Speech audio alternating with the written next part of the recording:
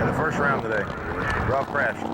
Yeah, I didn't see that happen at all. We ran pretty good that first round. I think we ran a 2:10 with a 5:10 elapsed time, so this thing moved down the racetrack real quick. I didn't get to see anything, but I haven't seen any videos since then, but people say that he's up, he's moving, he's walking, everything's fine, he's perfect, and that just goes to show you the safeness when you're inside the safety capsule. Well, the capsule's done not only just for fuel racing, it's done a whole bunch for all of drag boat racing. You know, as you can see behind me, you know, you sit in an enclosed cockpit with an F-16 fighter windshield at the top of you. It makes the sport extremely safe, you know.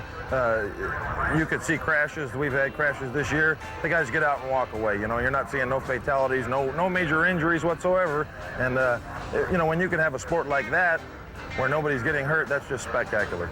I had my own boat after the time I saw my first one. That bit me real quick and real hard, the drag boat bug did. It was at Firebird Lake in 1984 where Hill had the worst accident in drag boat history. It almost ended his career as well as his life.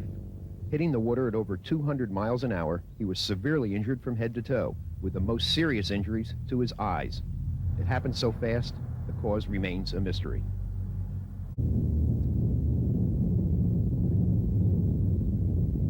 Drag boat racers are a special breed. Although they realize they face death every time they get into their boat, the challenge of speed on water is like a magnet to them, and they continue to race.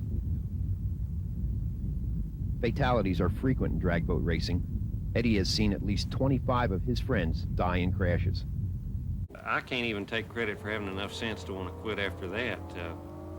But Gary Martin, who was sponsoring us at the time, had more sense than I did. He said, no, I'm not going to put you back in another boat. If I do, it'll kill you, and I don't want that on my conscience.